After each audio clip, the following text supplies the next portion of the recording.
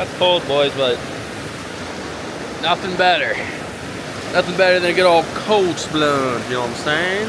Whenever I'm in nature, like whenever I'm in a place like this, I'm in nature, right? Like if I turn you around, we got these crazy mountains up here. You guys can see those.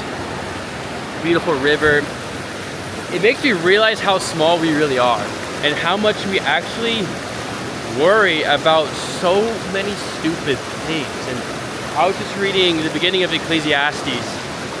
It's Sunday. I didn't go to church today. I kind of missed church, so I was like, you know what, I'm gonna go out here and read my Bible and connect with nature, connect with God. And God really spoke to me. And in the beginning of Ecclesiastes, it basically just talks about how everything is futile. Even the pursuit of knowledge, the pursuit of wisdom, it all fades. Everything fades. And I'm sure you guys have experienced this in your own life. Like, we worry about the dumbest things. We worry about how people perceive us. We worry about an awkward interaction we need to have. We worry about, a little thing that happened in the past that maybe we haven't forgiven somebody over. Or we even worry about something we've done in the past that we're worried someone else is holding over us. And it's all so small and so futile.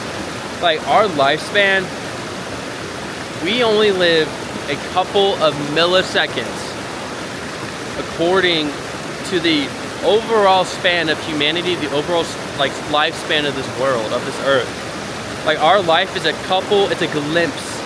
It is a speck of time. It's a speck of reality that we get to experience on this planet. And so I want you guys to really understand, like, if you zoom out and you really see how small we are, that none of this crap matters, bro. Like, the car you drive doesn't matter at all.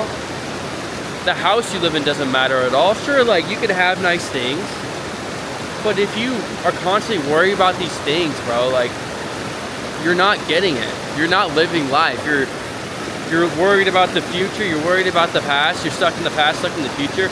Those things actually don't exist. They only exist in your head. If you really think about it, if you really dive deep, if you really go and actually come into this with an open mind, anytime you are considering the future or the past, it's inside your own head. It's not in reality, because all we can do in reality is be in the present. The only thing we can smell, change, act, even like experience is the present. And so by focusing on the past, by focusing on the future, you're shooting yourself in the foot and not, actually going through and living and experiencing and enjoying the one gift that you have at this moment, which is the present. And I know everyone knows nowadays, like, how important it is to be in the present. I think God, and obviously it's kind of a mainstream thing now, but I just want to reiterate with you guys, like, if you guys are really trying to live a happy life, you guys are really trying to find fulfillment, find joy, you're not going to find it in material things. You're not going to find it in necessarily even relationships. You're not going to find it in any of those things. The only way you find fulfillment, true joy that actually lasts, true peace that actually lasts, is by following God and by allowing yourself, right, sacrificing parts of yourself, taking a leap of faith, and actually pursuing Him. And for some of you guys out there, I know this is not my usual content, but like, I'm super passionate about this stuff.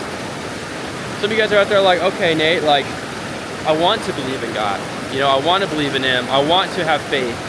But like, I find it super hard. I don't understand. Like, you might have tried reading the Bible or something and it just didn't click. I'm going to tell you guys exactly what I did when I was 18 years old that made me, start actually trusting God with my life again, and, really sparked my faith to what it is today. When I was driving down this road, and I was passing the church we usually went to. And for some reason, I felt called upon my heart. I was like, dude, I have been questioning this for so long. I've been going back and forth on different arguments. But like, I've never really just taken the leap of faith and tried. And you guys are like, okay, how do I try? What I did is, at the time, I had someone who, in my life, like, I had a grievance against, and I was not happy with, and it was someone I was super close to at one point. And God, when I was like, okay, you know, I'm gonna take a leap of faith, the first thing I did was like, how do I deal with this situation?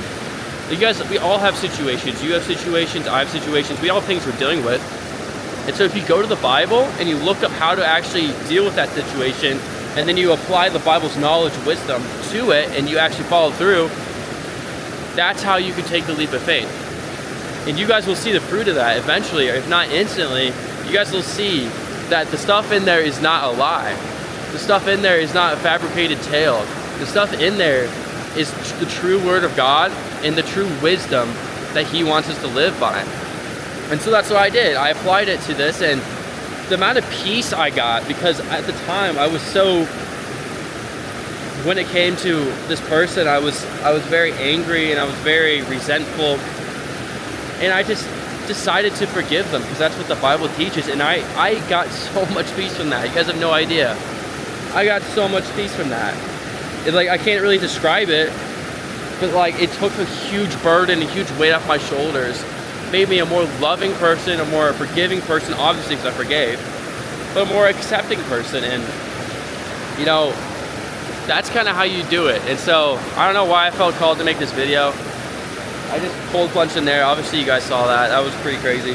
This is like directly from the mountain. Like, we have ski areas up there. We got Snowbird, Alta, and so this is really like snow runoff. So it is freezing cold, but dude, nothing feels better than getting in a river. I tell you that much. But yeah, guys, don't focus on the small things. If you want to take the leap of faith, just apply it to your current situation, see what happens.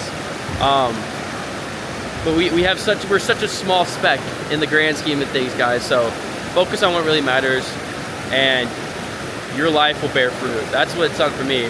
When I actually started focusing and pointing my direction, my faith, pointing myself towards God, that's when I became successful. That's when I, you know, made more money, even though that's not really what matters. But what really matters is the freedom.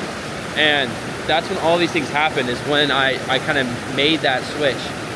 And like, he continues to sprout new trees and to bear new fruit in me. And it's pretty cool to see how, you know, once you give your life and you give your faith, he really does take care of you. So yeah, hope you guys enjoy this. Enjoy your beautiful Sunday. This is an amazing day. Get outside, get into nature. I know most of you guys don't have this pretty close. I'm pretty lucky to have this. But there's always something you can do. So God bless you all, and peace.